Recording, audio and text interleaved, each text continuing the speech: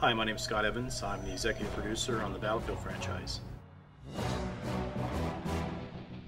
So as the executive producer, I'm responsible for guiding the franchise as well as guiding the individual products within the franchise. Day to day these days, I'm very focused on Battlefield 2, the full sequel to Battlefield 1942 2002 Game of the Year. Before Battlefield, I was working on the Lord of the Rings franchise on the Two Towers for a couple of years. Before that, I was working in EAP on several titles, including the original Medal of Honor, System Shock 2, and some other titles.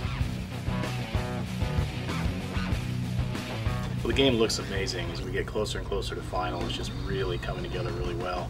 For me, the funnest thing to do in the game is to be the Battlefield commander. I love to just sit on top of this digital chain of command and using voice over IP, issuing orders out to my squad leaders, calling in artillery strikes, putting up drones, spy drones, and putting up satellite sweeps. It's all really fun to do. I do okay. I get out there and I run around usually as an engineer. I like to use the vehicles and like to put down a C4 and trap people and blow stuff up. That's what I'm all about. Definitely one of the key attractions to Battlefield is its easy use. You can just pick it up. You know, it has arcade feel and mechanics to it. We want to definitely carry that forward to Battlefield 2, but at the same time offer additional layers of complexity and depth for the pro players to get in there and challenge themselves with and uncover.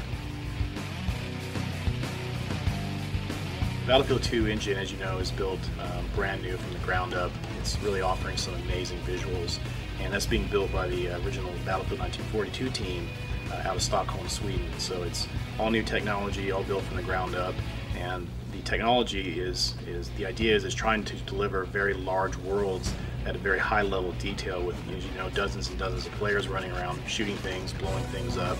So it's really a pretty incredible technical achievement to have these very realistic worlds in a very large map, about 4 kilometers square, all loaded into memory at the same time with all this stuff going on in the background.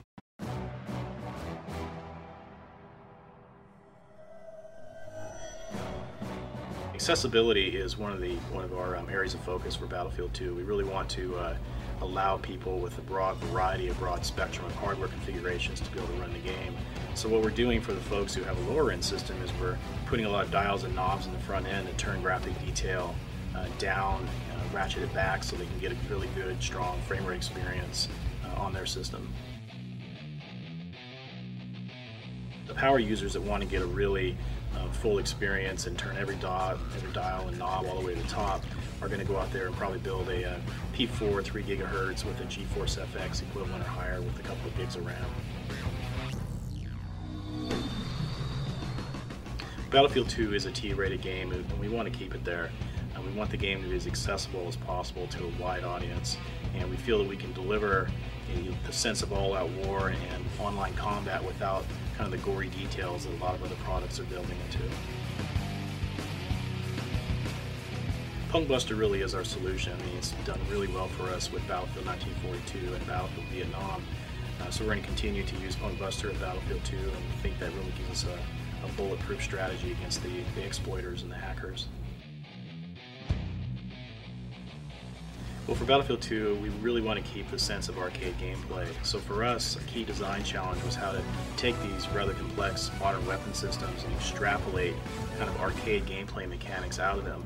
And we've done that quite successfully. So for example, there's nothing in the game that requires more than a click and shoot, click and point, and shoot to steer the ordnance to the target. Well, for us, pushing the envelope forward on team play was an area of focus. We really wanted to revolutionize the first-person shooter space in that regard. So we built in several layers of features to allow team play to happen much more naturally. Sitting at the top, I mentioned, of this digital chain of command is the Battlefield commander. He plays the game in a fundamentally different way than the guy who's running around the game shooting his gun in a first-person shooter experience. He's actually looking top-down on the map, much like a real-time strategy game, clicking on his squad leaders, issuing orders to attack here, defend here, and he's dropping artillery strikes, he's calling in satellite sweeps. Then at the next layer below him is the squad leader. The squad leader plays inside the game, inside the first-person shooter. he can form a squad and people can join him. What he can do is he can issue orders to his squad mates to move around the world and do certain things. When he does so, for example, a can of smoke will appear in the world. We call that popping smoke, and that will appear to other people in the world as this visual signal of where to go and what to do. He can communicate up the command chain using voice over IP, and the Battlefield commander can communicate back down the command chain using voice over IP. So you have this digital chain of command that's linked together with VoIP and on-screen orders.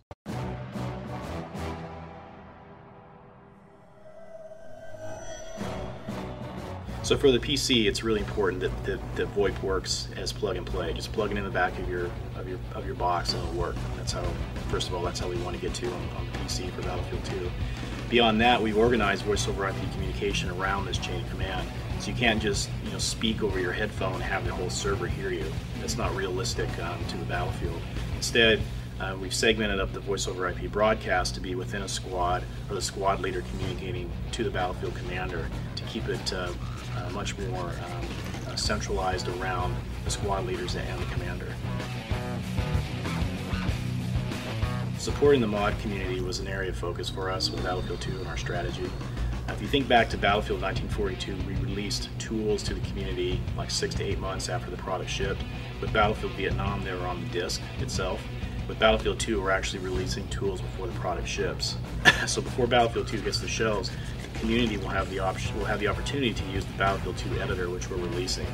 That includes an animation editor, an effects editor, an object editor, properties editor, and people can start using that now to get going on their mods.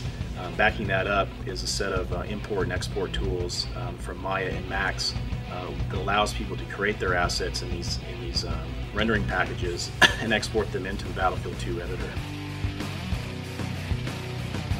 Some people will have to re-export a lot of their models and equipment into the Battlefield 2 editor, so it will be kind of a restart for a lot of these folks.